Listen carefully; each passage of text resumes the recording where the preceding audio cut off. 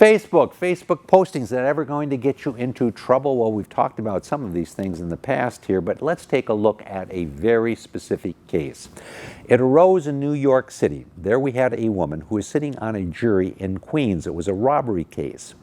And while she was sitting in the jury box, listening to the evidence, she became very bored. And as she became very bored, she began posting to Facebook, and she posted on Facebook what was taking place in the trial, how she was bored to death, and the various kinds of evidence that was coming in. Well, these postings that she was making to Facebook became known to the judge. The judge confronted her and said, "Is this in fact what you have been doing?" And she said, yeah, that's what I've been doing. The judge then declared a mistrial. He brought the trial to a complete end, said everything that's been done here, all the effort, all the time, all the expense is for nothing, and it all goes out the window. We have to start all over again, and you, miss, are in contempt of court, and he fined her $1,000. Now, why would he do something like this?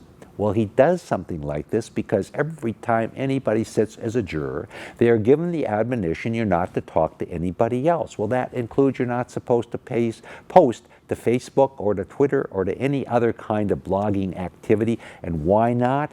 Because when you do that, you invite other posts. Other people will look at this and say, oh, well, I think this should happen. Oh, I think, is that what the evidence is? Well, in view of that, I think you should do X, Y, and Z. And now the jury, made up of 12 people or 9 people or however many people are on that jury, is not making the decision. There is an additional person or additional people out there, and maybe a whole group of people who are chiming in to what should be taking place.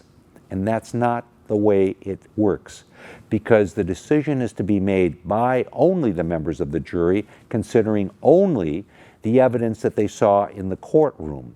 To allow a whole bunch of strangers to suddenly chime in will basically violate the whole set of guarantees that exist protecting those who have cases before the court, and in so doing upset the whole apple cart, and that's what happened here. Okay. So what is the lesson we learn from this? Well, it's a very simple lesson. That is, if you ever serve on a jury, listen to the judge. Do not post to Facebook. Don't post to Twitter, or don't post anyplace else. And when that happens, it can completely disrupt the whole judicial process and result in all the time, effort, and energy that's been spent in that trial going right down the drain. Okay, we bring you this case as we bring cases every week so you understand how the law works. I'm David Allen.